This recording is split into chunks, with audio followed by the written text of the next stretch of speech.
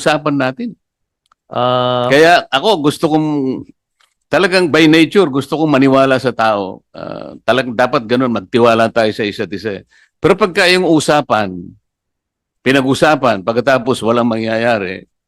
Kaya parang nagdududa ako na sa bawat sagot mo, totoo kaya ito? Pwede kayang maniwala ako? Hindi. Kasi meron akong meron akong karanasan sa iyo eh. ah, Senator. Pasensya ka na kung kailangan Opo, ko sabihin ito sapagkat ito importante lalo na itong tinatalakay natin ngayon. na naintindihan ko po kayo. Ang totoo po yung ating pinag-usapan ay ipinatutupad pa lang ngayong taong ito. Nagkaroon po ng mga delay sa pagbibili, sa procurement. Pero ang maliwanag po, Senator, Hindi ganun ang sinabi mo sa akin eh. Meron ka sinabing within the next 2 weeks. That was 3 years ago. actually, not least. Malinaw ang aking memory, Chairman pareho po Alan. tayo. Birthday po yun ng isang kakilala natin nung nagkita tayo. Kaya nga, so meron timeline yun eh. May time Opo. frame yun eh. Hindi yung sasabihin Nagkaroon natin. po kasi ng problema sa procurement. Ako po hihingi ng paumanhin sa inyo sa kadahilan ng kailangan po palang humingi pa ng clearance sa isang ahensya ng gobyerno. So, na-delay po yon. Naalala ko po nagkaroon din tayo ng Hindi follow-up. tayo kasi pwedeng magtiwala na kapag sinabi natin ngayon, hindi pala natin alam na meron palang iba't iba pang mga factors na i-consider. Kagaya ngayon, nag-uusap-usap tayo. Sasabihin mo sa amin na meron tayong framework, meron tayong regulation. Paano, on my own personal basis, paano ako maniniwala na kaya mong ipundar lahat ito? Bakit hindi ako maniniwala na pwede total ban na lang kasi talagang hindi naman po pwede yung regulation kasi nandiyan pa si Chairman Al eh. Kung pwedeng palitan natin si Chairman Al, baka sakaling maniwala ako, magre-regulate muna tayo. Yun po yung usapin dito eh. Opo. Kung ako naman po ginagalang ko yung inyong paniniwala, pero gusto ko pong ipaabot sa Hindi inyo. paniniwala yung commitment nating dalawa eh. Kasi yung, ako, nung sinabi mo yon, sinabi ko na rin doon sa constituents. So ako ngayon ang napahiya. Di bali na yon. Hindi ko naman pwedeng kasi sinabi sa akin ng chairman. Hindi, ako na po ang gumawa ng paraan. Hindi lang po ako masisi ng mga tao. Opo, ako po sa harap ng lahat ay humihingi ng paumanhin. Pero gusto ko lang pong ipaabot sa inyo na hindi ko po personal na kasalanan. Nagkaroon po ng mga intervening events. Na-delay po talaga at alam naman po ng lahat Chairman, karirinig ko lang ngayon eh. Halos 200 milyon ang naibibigay mo sa ahensya ng ating pamal. Marami ito, binasa ko sa iyo kanina. Opo. Iba't ibang ahensya. Yung pinag-usapan natin. Alam mo ba kung gaano ang halaga lang, no? Nagkakahalaga po ng 4 na milyong piso. Masisira ba ang salita natin ng dahil doon lang? Yeah, go ahead quickly. Mr. Chair, yes, we are aware of this problem. It is we resolved this. This is a spoofing site, and marami yung nagsusulputan na gito. And with your permission, Mr. Chair, we would take down and block the site right away. Thank you very much. Now we go to Senator Marcoleta. Go ahead, sir. Thank you, Mr. Chair. Chairman Al, kanina sinasabi mo parang nabigla ka namang masyado. Pasensya na po. Mas problematic sa'yo yung mga illegal, sabi mo kanina. Ibig ba sabihin, walang problema doon sa mga accredited mo tsaka mga approved online gaming operators? Hindi ko po, siguro po babaguhin ko. Ang sinasabi ko po hindi perfecto din yung mga legal na sites natin. Meron pong mga problemang na-enkwentro. Pero nagkakaroon po tayo ng isang mekanismo kung saan pwede pong magreklamo ang mga customer. Samantalang doon po sa legal, doon pong sa binanggit ko kanina, Senator Marcoleta, na halos kumulang sa 2,000 sulat buwan-buwan na natatanggap ng PAGCOR, 60% po doon ay ang tinutukay ay mga illegal na website. Ang sinasuggest namin in coordination with DICT, kausapin po ninyo yung mga platforms na kung saan silang nagpo-provide naman kasi ng avenue for the online gaming operators to function. Halimbawa, Google, kausapin niyo yung Amazon, kausapin niyo yung Twitter, Facebook. Doon lamang po Mare-regulate na po ninyo sila eh. Lahat po ng illegal makikita na ninyo sa pakikipagtulungan po nung worldwide platforms. Nasa web silang lahat eh. Para hindi tayo maligaw kung saan tayo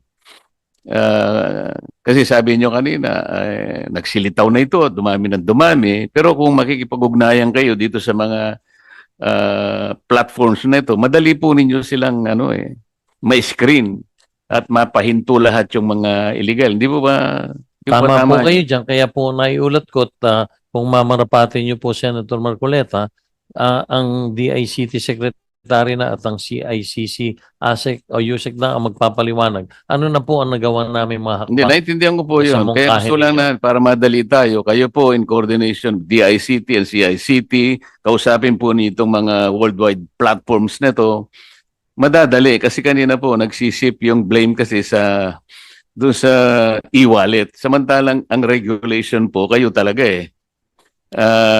Dapat nga po magpasalamat kayo sa BSP na walang galang na po. Dahil sa ngayon, nakahanap tayo ng isang solusyon na pansamantala makatutulong po sa paglaganap nito, lalo na yung mga illegal na pwede pala nilang kahit papano suspindihin yung link na tumutulay sa mga e-wallet para masugpo po yung mga hindi mabuting nangyayari kagaya ng gustong ipasinag mamaya dito.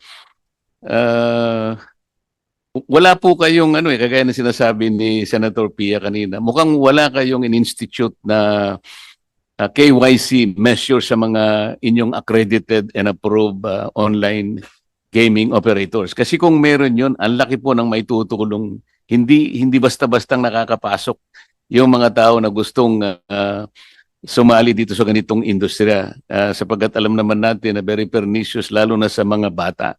Sa mga kapatid, kulang na kulang po yung regulatory measures po na dapat sana ay nakatatag na dyan. Para sa ganoon, ang pag-uusap siguro natin, konti na lang. So, ngayon po parang nakikita namin, there is a complete breakdown of regulatory mechanism. Kaya po tayo nag-ship sa e-wallet sapagkat yung BSP, mukhang meron silang karakarakan na measure na pwedeng ilatag, gagaya ng nangyari kanina. Napagdiskitahan nga lang sila sapagkat nasabi pa niya ay 48 hours. Hindi ko naman alam na kaya palang gawin. Sinuggest ko lang, nagkataon lang po na pwede naman palang gawin. Paano kung wala silang ganoon? Sa mga kapatid, we are all dependent on PAGCOR's regulatory mechanism na wala pala. So, paano po yung masasabi ngayon na makakapagtatag po tayo ng regulatory mechanism? Sapagkat ang direction po ngayon, complete ban. Siguro kung complete ban, mas maganda na po sa akin yun eh. Ngayon, kung halimbawa pag-uusapan yung regulation, kung wala naman po kayong masasabi na mekanismo para i-regulate po natin sapagkat ang nakikita namin, dumadami ang problema, yung technology mas mabilis pa sa regulation, paano namin tatanggapin yung commitment ninyo na meron kayong kakayahan? Kasi kayo po yung regulator, yung charter nandito po eh. Kayo ang regulator, wala nang iba. Patutulong lang kayo sa iba kung kaya kayong tulungan. So how can we make sure na kaya po ng PAGCOR ang pagre-regulate? Salamat po sa katanungan niyo, Senator Marcoleta. Kung mamarapatin niyo po, hindi naman po sa wala kaming regulasyon. Meron po talaga kaming yung KYC binabanggit ninyo, yan po ay pinatutupad sa pangkasalukuyan. Kaya lang, tulad po ng sinasabi ko, ay hindi naman perfecto yung KYC proseso. Kung minsan po nagagamitan tayo ng mga fake na ID na kung saan nakapaglalaro yung hindi dapat makapaglaro. Pero gusto ko pong ipaalam sa inyo at maaaring i-furnish ko din po ng kopya ang committee. Meron pong rules and regulations tayo sa lahat po ng ating mga license operators. And Baka ang sinasabi mo, Chairman Al, yung regulatory framework for the issuance of gaming licenses for the establishment of gaming, ito po ay November 22, 2023. Meron ka ring revised regulatory framework for the remote gaming platform, November 15, 2023. Meron ding Memorandum Circular number 6, September 20, 2016, galing sa Office of the President. Opo. Meron DILG Memorandum Circular 2018-25, February 28, 2018. Meron ka ring Circular Letter number CL 2021-012, February 6, 2021.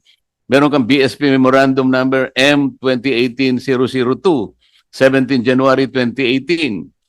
Meron kang Republic Act 9487, ito yung PAGCOR Charter. Ito ba ang sinasabi mo na regulatory environment na po pwede mong ilaban dito sa lumalaganap na o papalaki ng salot na sinasabi ng chairman kanina? Opo. Yun po, kaya kung mapapansin nyo, halos tuwing every quarter, nire-revisa po namin yan para po magkaroon nga ng mga adjustments. Pero, Kaya parang hindi ganun po yung nangyayari. Kaya nga lumitaw ngayon, ang tendency na nga yung direction is total ban to online games. Kasi nga mukhang hindi nga nakikita na meron kayong kapasidad na magpatupad ng regulation. Ako personal, Chairman Al, Opo. gusto kong maniwala sana sa'yo. Pero kung naaalala mo, meron tayong naging pag-uusap tungkol sa ating constituents. Siguro 3 taon na nakararaan. Nandun pa ako sa kabilang house. Kung natatandaan mo pa, opo. Yung dalawa po, walang nangyari, hindi ba? hindi po, kami po yung nakikipag-ugnayan sa inyong tanggapan. Meron na pong dalawang Alam mo, nakasign sa inyo. Alam mo, Chairman Al, Opo. nandun po ako sa Congress, hindi po Opo. ako umalis doon. Hanggang sa ako'y maging senador. Kinalimutan ko na yung usapan natin. Kaya ako gusto kong, talagang by nature, gusto kong maniwala sa tao. Talagang dapat ganun, magtiwala tayo sa isa't isa. Pero pagka yung usapan, pinag-usapan, pagkatapos walang mangyayari, kaya parang nagdududa ako na sa bawat sagot mo, totoo kaya ito? Pwede kayang maniwala ako? Hindi. Kasi meron akong meron akong karanasan sa iyo. Senator, Kasi isa ka na kung kailangan Opo, ko sabihin ito sapagkat ito importante, lalo na itong tinatalakay natin ngayon. naintindihan ko po kayo. Ang totoo po yung ating pinag-usapan ay ipinatutupad pa lang ngayong taong ito. Nagkaroon po ng mga delay sa pagbibili, sa procurement. Pero ang maliwanag po, Senator, Hindi ganun ang sinabi mo sa akin. Meron ka sinabing within the next 2 weeks. That was 3 years ago.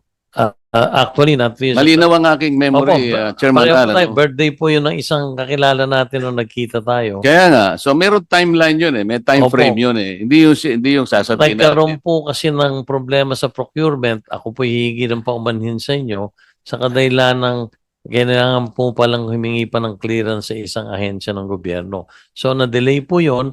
Naalala ko po nagkaroon din tayo ng Hindi follow-up. tayo kasi pwedeng magtiwala na kapag sinabi natin ngayon, hindi pala natin alam na meron palang iba't iba pang mga factors na i-consider. Kagaya ngayon, nag-uusap-usap tayo.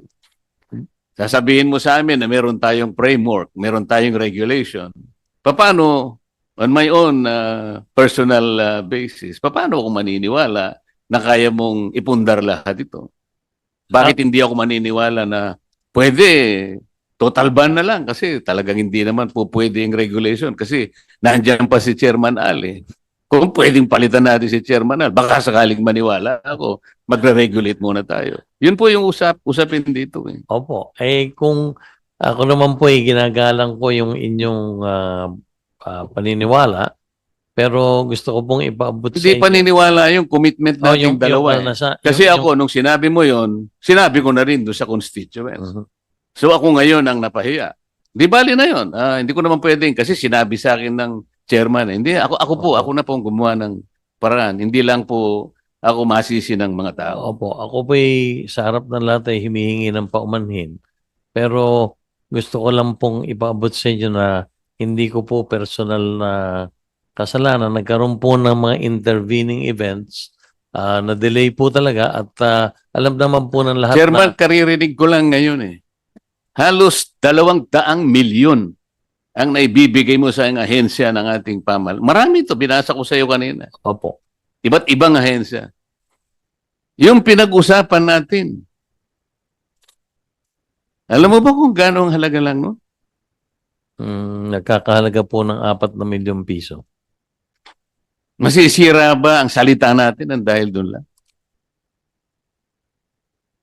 Ako po'y tulad na sinabi ko, humihingi po ng Hindi, gusto ko kasi, Chairman Al, yung pagtitiwala sa isa't isa.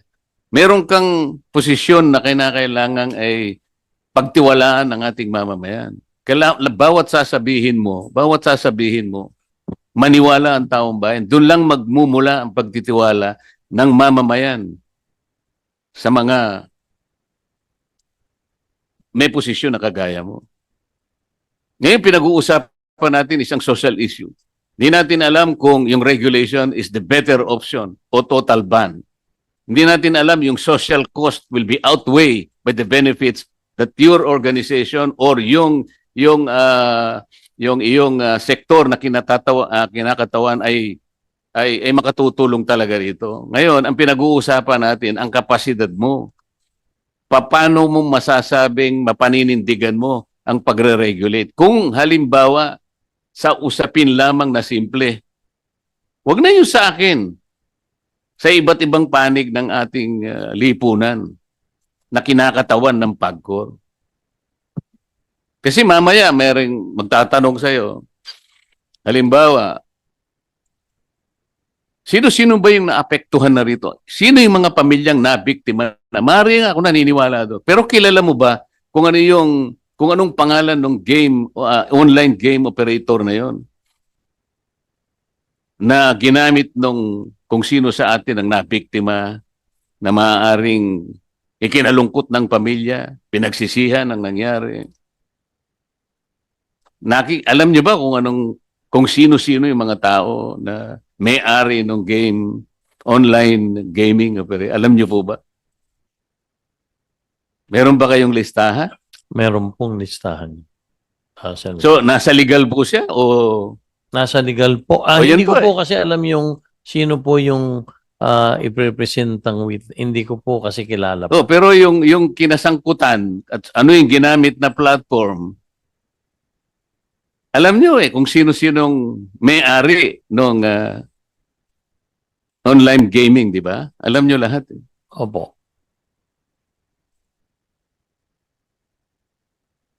O ano yung gagawin po ninyo? Hindi ko po alam madidinig natin sa hapong ito tungkol dun sa reklamo. Kasi ganito po yun eh. Kailangan mapalitaw po natin na kayo po'y may kakayahan as a regulator. Siguro, wag na yung operator, as a regulator. Dito po nakasalalay kasi ang kapalaran ng napakaraming ahensya. Dito natin pag-uusapan, ando na po yung benefit na nabibigay nyo. Hindi naman po natin maikakaila yun. Kaya lang merong social cost nga po. Ito po yung titimbangin natin. Napakahirap sa panig namin magdesisyon kung wala kaming tiwala sa kakayahan ninyo na i-regulate nga po ito eh. Ako, hindi ko alam kung saan ako boboto ngayon. Kasi kailangan matatag ang paniwala namin. Matatag ang regulator na yan. Baka sakaling dun muna ako kasi napakaraming natutulungan. Ngayon, kung hindi ako naniniwala sa kakayahan ng regulatory mechanism mo, total ban na lang. Wala.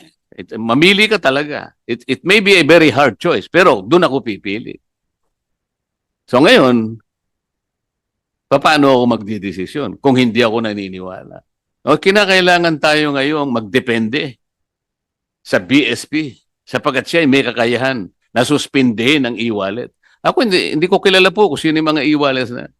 But I think they can live up to their own eh. Siguro they can sacrifice siguro yung online gaming. I'm not sure how many percent is the online gaming in the market of e-wallet. Pero palagay ko, kung sila-sila lang, kahit siguro yung game operators na pwede lang itapon eh. Para sa akin. So, napipilitan tayo ngayon na pumunta sa ibang aspeto sapagkat nagkulang kayo sa regulation. Kasi kaya kung sinasabi kanina, huwag niyong bubugbugin yung isang side na gustong tumulong. So sometimes you are barking on the wrong tree, pero kayo pala yung dapat na magpundar ng regulation. Yun lang po ang gusto ko, Mr. Chairman. Salamat po. Thank you very much, Senator Marcoleta. We go now to Senator